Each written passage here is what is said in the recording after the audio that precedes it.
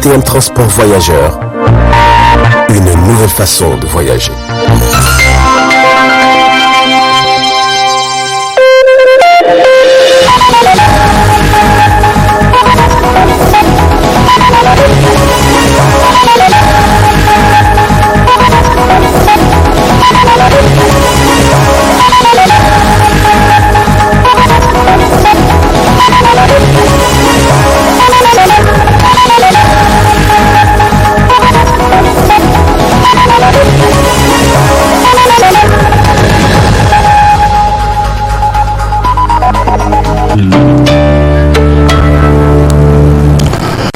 Monsieur, dames, bonsoir et bienvenue à cette édition du soir.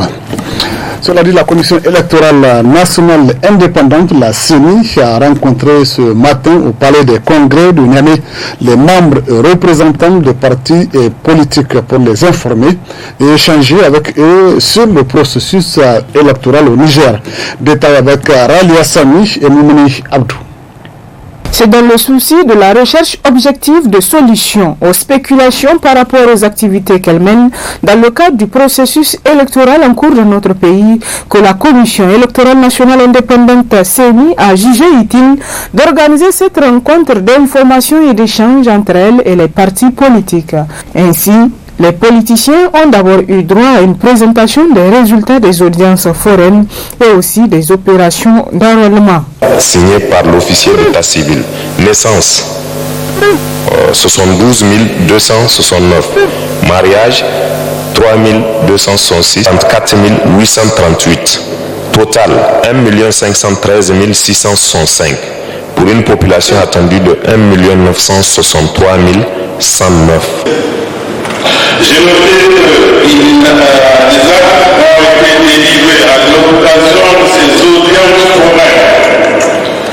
Voilà de 1 778 749. Tous actes sont confondus sur le territoire national du Niger.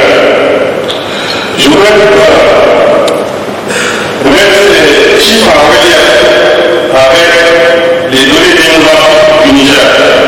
Il se trouve malheureusement que je trouve que les données démographiques ne sont pas en concordance avec les chiffres des audiences foraines.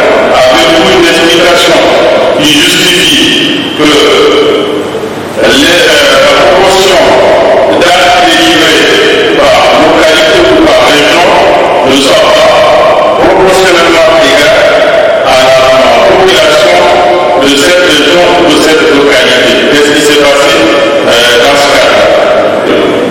Ayant le même et étant le même contexte, à l'image de pays, à toute porte équilibrée, on ne peut comprendre que ces deux régions soumises aux mêmes conditions de sécurité, un à 50% et l'autre traite la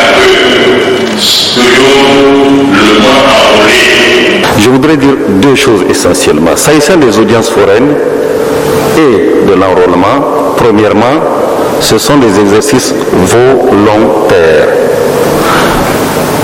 L'exécution préalable des audiences foraines n'est écrite nulle part dans la loi, ni dans les modules ou dans le modus operandi de quelque institution.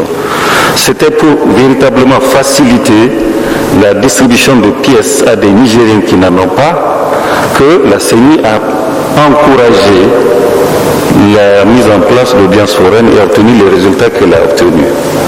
Ce n'est pas une attribution de la CENI d'organiser des audiences foraines. Elle a contribué à faire en sorte que des Nigériens qui n'ont pas de papier en aient. Le chiffre qu'on a obtenu vaut ce qu'il vaut, mais à mon avis, il est mieux que les 30% d'avant sur la liste électorale des inscrits. Tenant compte des propositions des politiciens issues de la dernière réunion du Conseil national de dialogue politique à CNDP, la CENI a proposé une nouvelle date pour les élections locales, des dates appréciées et approuvées à l'unanimité. Nous félicitons pour la date qui a été retenue, que je vois est une de nos propositions. Vraiment, nous pouvons que souhaiter qu'Allah nous accompagne tous pour que cela soit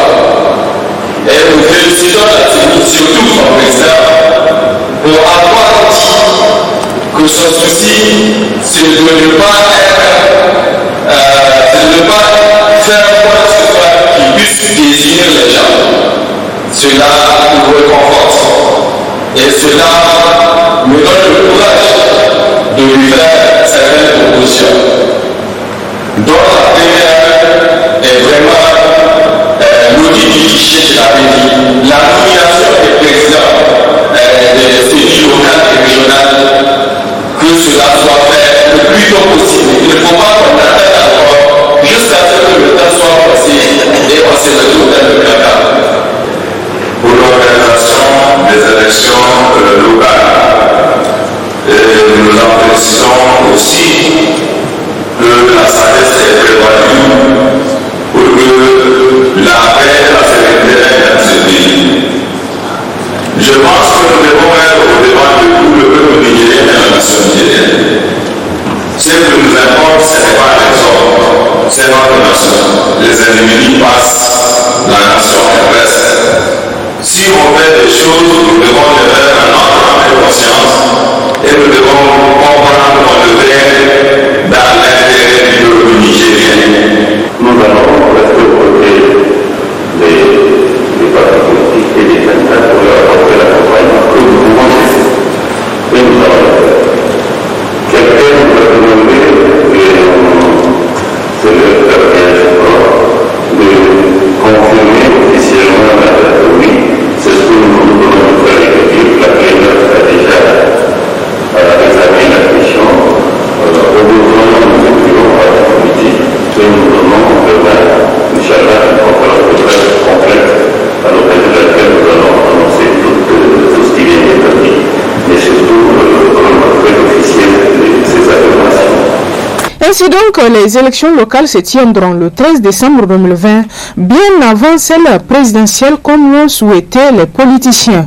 Aussi, pour mieux communiquer sur le processus électoral, la CENI envisage de pérenniser ce genre de rencontres avec les politiciens pour des questions de transparence dans le cadre du processus électoral en cours dans notre pays. Oui, Ralia, pendant ces temps, les partis politiques membres de l'opposition, presque au même moment, ont tenu au Centre culturel Ouganda une déclaration d'acte écrit qui est un livre blanc comportant un message à l'égard des partis membres de l'opposition. Ce livre blanc porte sur le processus électoral 2020-2021 au Niger et est composé de trois grandes parties. La première est consacrée au processus électoral en déphasage selon l'opposition avec les bonnes pratiques démocratiques. Puis le processus de l'armement biométrique sous la conduite de la Commission électorale nationale indépendante et enfin des propositions de sortie de crise. Et c'est Mama Sani Adamou, secrétaire général de l'ORDM Tarmamoua, qui a présenté le livre blanc de l'opposition politique nigérienne. Nous y reviendrons en détail dans nos prochaines éditions. C'est dans le temps, justement, la question des élections locales alimente les débats. Ces élections sont d'une importance capitale, surtout pour les partis politiques peu représentatifs. Retour sur les enjeux liés à ces élections avec, bien sûr, l'acteur de la société civile, Maman Bachar, dans ce texte, avant de le retrouver en partie magazine de ce journal. Chaque fois qu'il est question d'élections locales, c'est des reports en report et finalement, souvent, c'est l'absorption même d'un mandat comme c'est le cas ici à l'occurrence. Normalement, à l'occasion des élections de 2016, on devait aussi faire les élections locales. Je parle des élections générales, c'est-à-dire celles qui portent pour l'élection du président de la République et les membres de l'Assemblée nationale. Ça devait être dans la même période, couplé ou non couplé, mais quand même qu'il y ait des élections locales. Malheureusement, à lieu et place de ces élections locales, on a assisté, si vous voulez, à une absorption donc de mandats qui a conduit donc les autorités en place de procéder à des nominations donc de ce qu'on appelle désormais les délégués spéciaux. Les délégués spéciaux sont des citoyens nommés. Ils ne sont pas des citoyens élus. Ce qui fait que leur marge de manœuvre par rapport aux aspirations donc, des citoyens de communes, elle est assez réduite. très souvent, ils sont écartelés entre deux soucis majeurs, ou sinon, j'allais dire, deux épines. Donc, soit ils satisfont donc ceux qui les ont élus, ou risquent d'avoir des problèmes par la suite, parce que ce n'est pas toujours ce qu'on leur demande qui soit conforme aux règles établies, ou bien alors ils ne satisfont pas ceux qui les ont nommés et ils seront démis immédiatement. Donc ça veut dire que l'exercice de leur autorité n'est pas une émanation populaire, n'est pas le produit d'une élection donc voulue par les citoyens qu'ils sont censés administrer. Donc ça fait un décalage entre les administrateurs et les administrés. Vous retrouverez l'intégralité de l'entretien que nous a accordé Maman Bachar en fin de journal. Le président du parti nigérien pour la démocratie et le socialisme, PNDS Taraya, poursuit sa tournée de prise de contact avec les militants. Bazoum Mohamed s'est rendu la semaine dernière à Berlin-Gauré où un meeting a été organisé à son honneur. Comme au cours des autres étapes, le président du PNDS s'est exprimé en langue nationale devant les militants de son parti.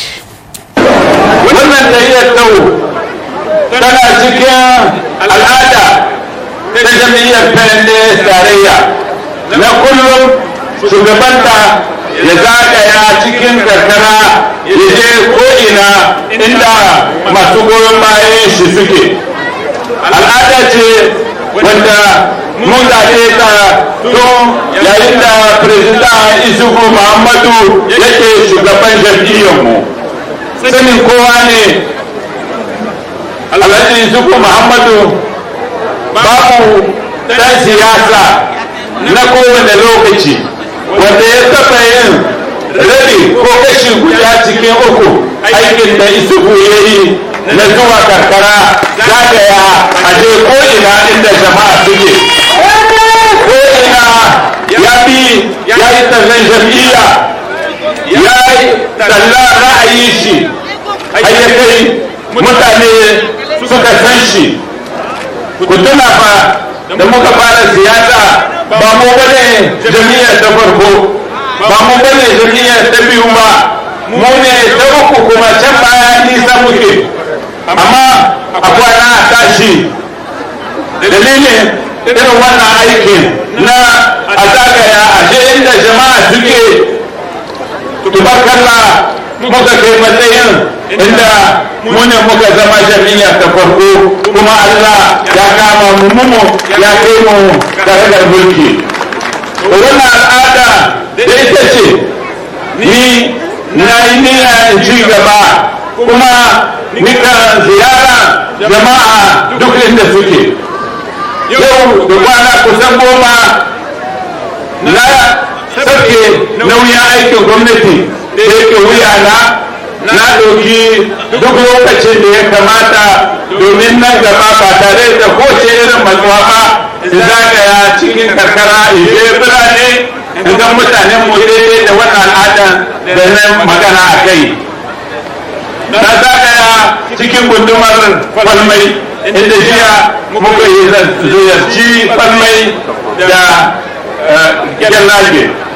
Yau na je Fabiki na je Kankandi kuma gashi na Allah ya kawo ni nan gobe za ni ci gaba da sauran kwamin na gunduma Boboi. A inda na yi duka maganan guda ce ta cewa na zo muku zumunci ba zo da wani jawabi na musamman na siyasa da yake ba lokacin yakin zaɓe ba ne amma na zo in jaddada irin al'adar tamu nan mu zo mu gane ku mu san ku san mu san matsalolin da kuke fuskanta mu san zaman rayuwarku kuma a ko'ina an shaida mini irin abubuwan da muka yi kuma abin da ya saura shi ne yake da kyau in ka tashi tafiya ka san ina ne ka je kuma ina ne ya saura. President Isufu Muhammadu ya ɗauki alƙawuran ya cika su in akwai abin da ya saura mu da muka gaje shi insha Allah ya Allah ya kama mu kuma muka samu mulki za mu ci gaba da shi domin aikin ƙasa ba karewa ba yake. La suite de ce journal, l'Association des journalistes pour la sécurité et les migrations, AJSEM Niger, et l'Observatoire des migrants en détresse ont organisé hier matin à la Maison de la Presse et sous le haut patronage du président du Conseil supérieur de la communication une journée d'échange et de vulgarisation de la charte éthique pour la couverture médiatique des migrations. On fait le point avec Aïssa Adamou et Bachir Aïnikoy. Cette journée d'échange et de vulgarisation sur la charte éthique pour la couverture médiatique des migrations est la toute première activité de l'Association des journalistes pour la sécurité et des migrations AJSEM Niger. C'est le président de cette association qui a procédé à la présentation de celle-ci et de ses objectifs. La charte éthique pour la couverture médiatique des migrations, une charte qui a été adoptée en décembre dernier par une trentaine de journalistes venus de 4 continents qui s'étaient réunis à Carthage en Tunisie sous l'égide de l'Organisation internationale pour les migrations OIM. Cette charte vient rappeler aux journalistes et aux rédactions les principes déontologiques devant s'appliquer à la couverture médiatique des migrations.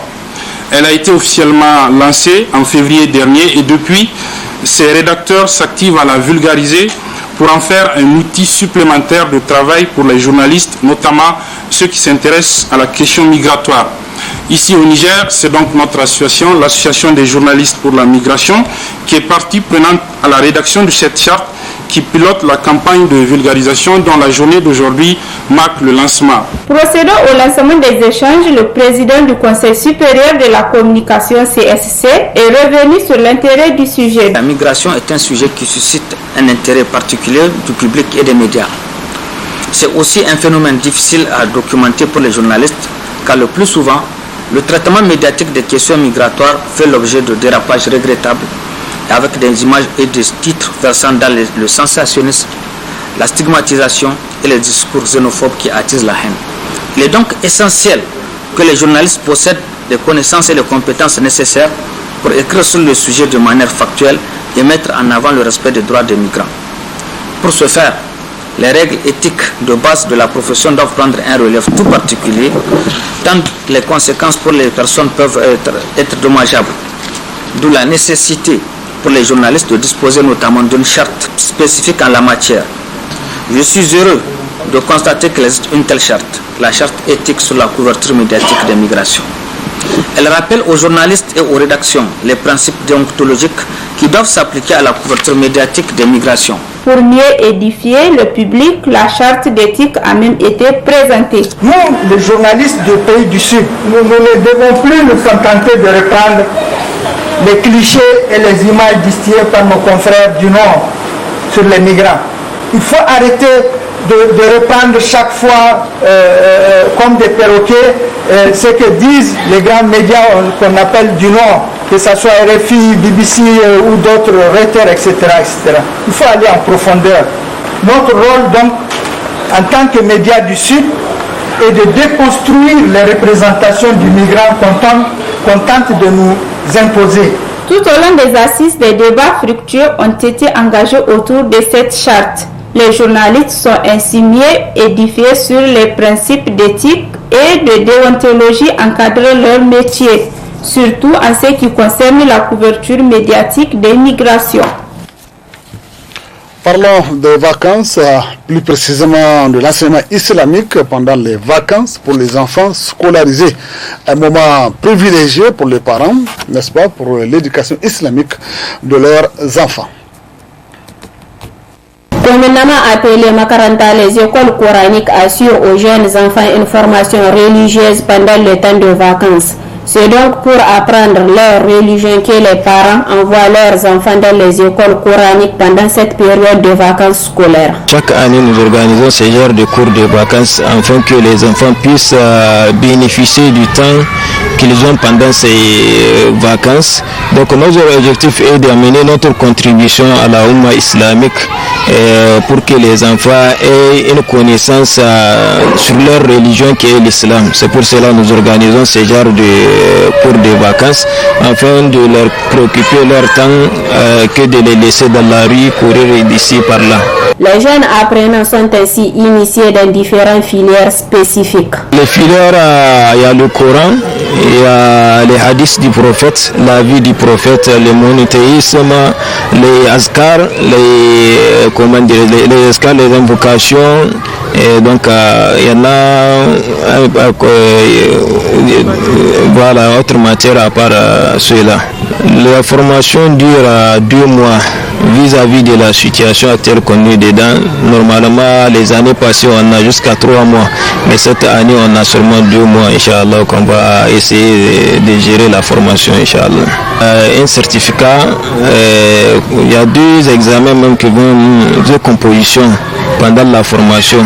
Donc à la fin de la formation, il y a les bulletins qu'on livre aux parents afin de leur montrer ce que leurs enfants ont appris pendant ces cours de vacances.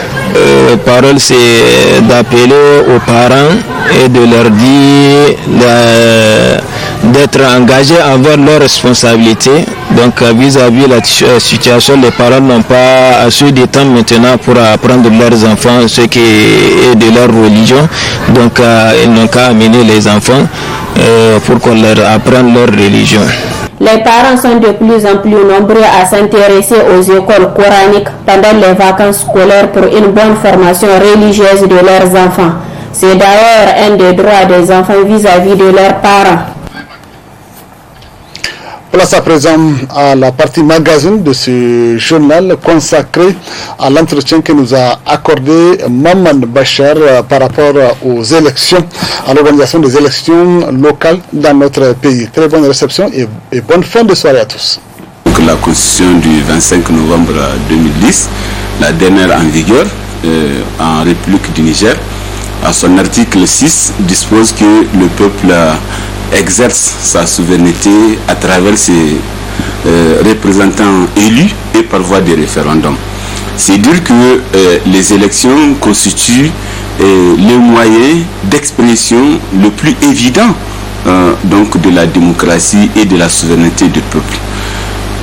Mais mieux, les élections locales constituent ce palier d'expression, si vous voulez, de souveraineté du peuple à un niveau beaucoup plus rapproché, c'est-à-dire un niveau de proximité évident entre les administrés et les administrateurs, entre le peuple et ses dirigeants.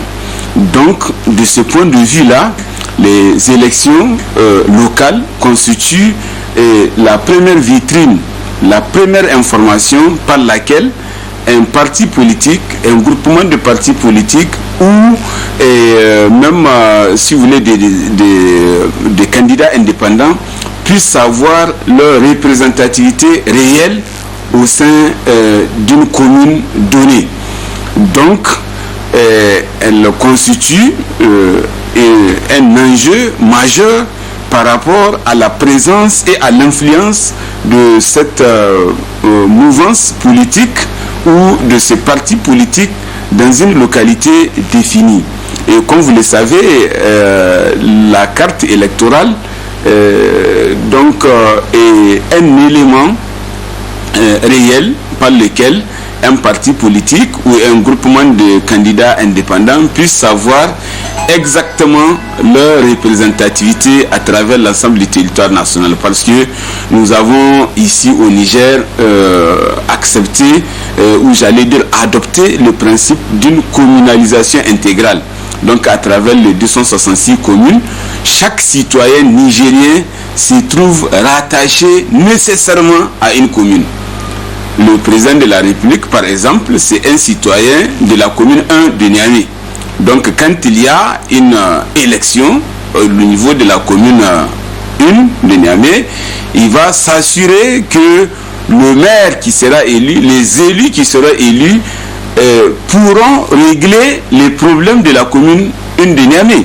C'est juste un exemple. Donc, tout citoyen nigérien, où qu'il soit et quel qu'il soit son niveau de responsabilité, il est nécessairement citoyen d'une commune.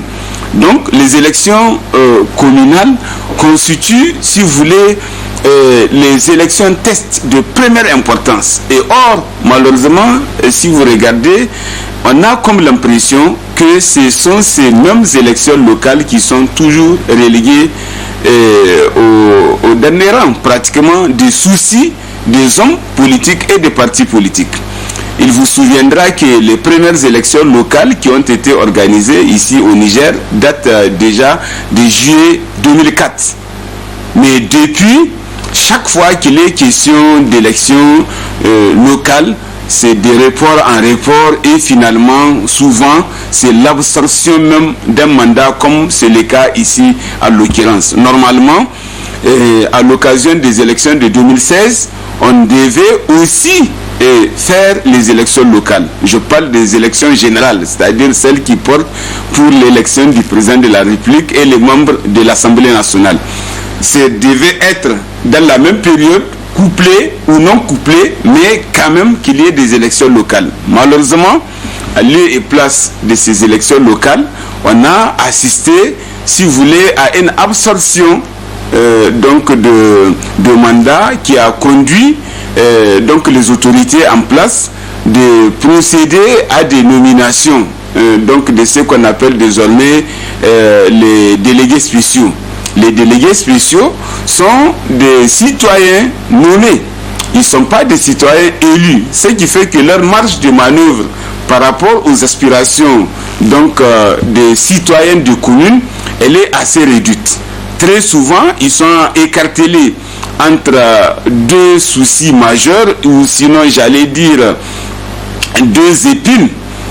Donc, soit ils satisfont donc ceux qui les ont élus, ou risquent d'avoir des problèmes par la suite, parce que ce n'est pas toujours ce qu'on leur demande qui soit conforme aux règles établies, ou bien alors ils ne satisfont pas ceux qui les ont nommés et ils seront démis immédiatement. Donc ça veut dire que l'exercice de leur autorité n'est pas une émanation populaire, n'est pas le produit d'une élection donc voulue par les citoyens qu'ils sont censés administrer. Donc, ça fait un décalage entre les administrateurs et les administrés. Parce que dans une commune, comme vous le savez, il devait y avoir cette proximité évidente entre les citoyens et ceux qu'ils sont censés administrer leurs biens ou leurs services. Donc, de ce point de vue-là, j'ai dit que pour ce qui nous concerne, en tout cas au Niger, cela constitue, de mon point de vue, un recul assez sérieux par rapport à la non-organisation des élections locales. Malheureusement, cette tendance semble, en tout cas, en train d'être poursuivie parce que même à l'heure actuelle, on met au devant d'abord les élections présidentielles et les élections législatives. Et probablement, c'est ça qui intéresse les manias des partis politiques.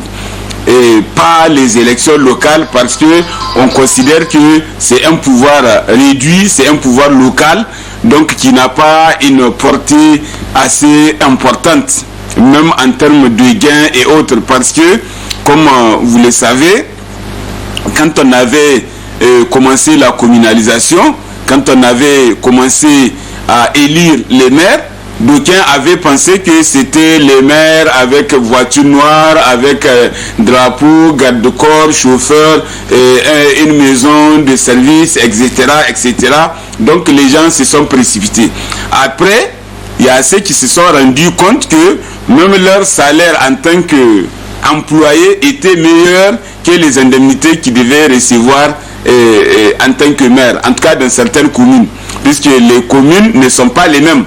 Vous ne pouvez pas comparer commune 1 de Niamey ou commune d'Arlit ou de Difa ou de Zender avec une commune de Saï-Savoie, par exemple, ou avec une commune de Adjekolia, etc. Donc, ça veut dire que ce sont les ressources mobilisées par les communes elles-mêmes qui vont servir des moyens de paiement pour les maires. Donc il peut arriver où le maire a pratiquement 20 à 25 000 par mois. Et alors qu'il a quitté un travail salarié de 500 ou 800 000 pour se retrouver dans une position où il va avoir 25 000 par mois.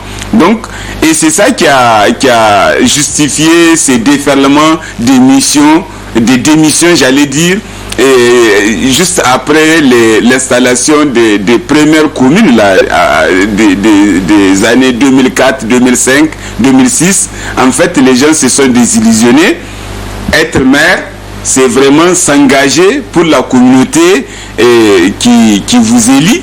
Et en conséquence, vous ne devrez pas vous attendre particulièrement à un certain enrichissement. Et c'est, je pense, ce qui a aussi en partie justifié le fait que quand on a envoyé des inspections dans la plupart de ces communes, on a trouvé quand même des irrégularités du fait que simplement, peut-être les maires étaient dans des situations de précarité ne permettant pas leur prise en charge adéquate ou espérée. Et ce qui les a peut-être, de mon point de vue, amenés à poser certains actes qui n'étaient pas conformes aux règles prescrites en la matière. Donc c'est pour vous dire que la responsabilité nous incombe en tant que citoyen tout d'abord, en tant qu'organisation de la société civile ou toutes les structures organisées, d'amener les gouvernants à comprendre que les élections locales ont une primauté, ont une importance capitale pour les citoyens, de sorte que on ne puisse pas penser qu'il soit possible d'organiser des élections présidentielles et législatives sans envisager d'organiser des élections locales. Parce que, comme je vous l'ai dit, le mandat précédent des élus locaux a été déjà absorbé. C'est-à-dire, au lieu de faire une élection en 2016, on se retrouve à l'heure actuelle en 2020 et bientôt en 2021 sans avoir organisé ces élections-là. De report à report, on est arrivé même à d'autres élections présidentielles et législatives sans que l'élection des maires et des conseillers communaux ne soit faite. Ce qui constitue, de mon point de vue, un grave recul pour notre démocratie et handicap particulièrement les partis politiques qui ont une faible représentation au niveau national. Parce que ceux qui insistent pour les élections présidentielles et législatives, ce sont ceux qui ont la possibilité de présenter des candidats aux élections présidentielles. Ce sont ceux qui ont la possibilité d'avoir des sièges au Parlement. Mais les partis politiques qui n'ont pas cette capacité-là, eux, leur chasse gardée, leur espoir, j'allais dire, devait être les élections communales. Or, si ces élections communales ne sont pas organisées, ces partis politiques-là seront réduits à être encore toujours les soutiens des grands partis politiques. C'est-à-dire, ils attendent toujours qu'il y ait des élections pour sortir, faire des déclarations de soutien et finalement ils entrent dans une mouvance. Ça, ce n'est pas la vocation d'un parti politique.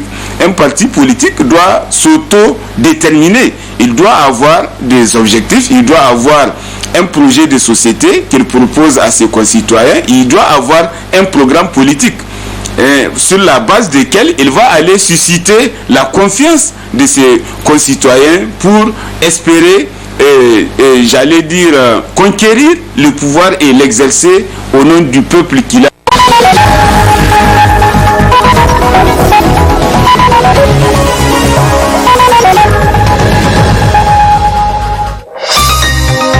Ce journal vous a été présenté par STM Transport Voyageurs. Une nouvelle façon de voyager.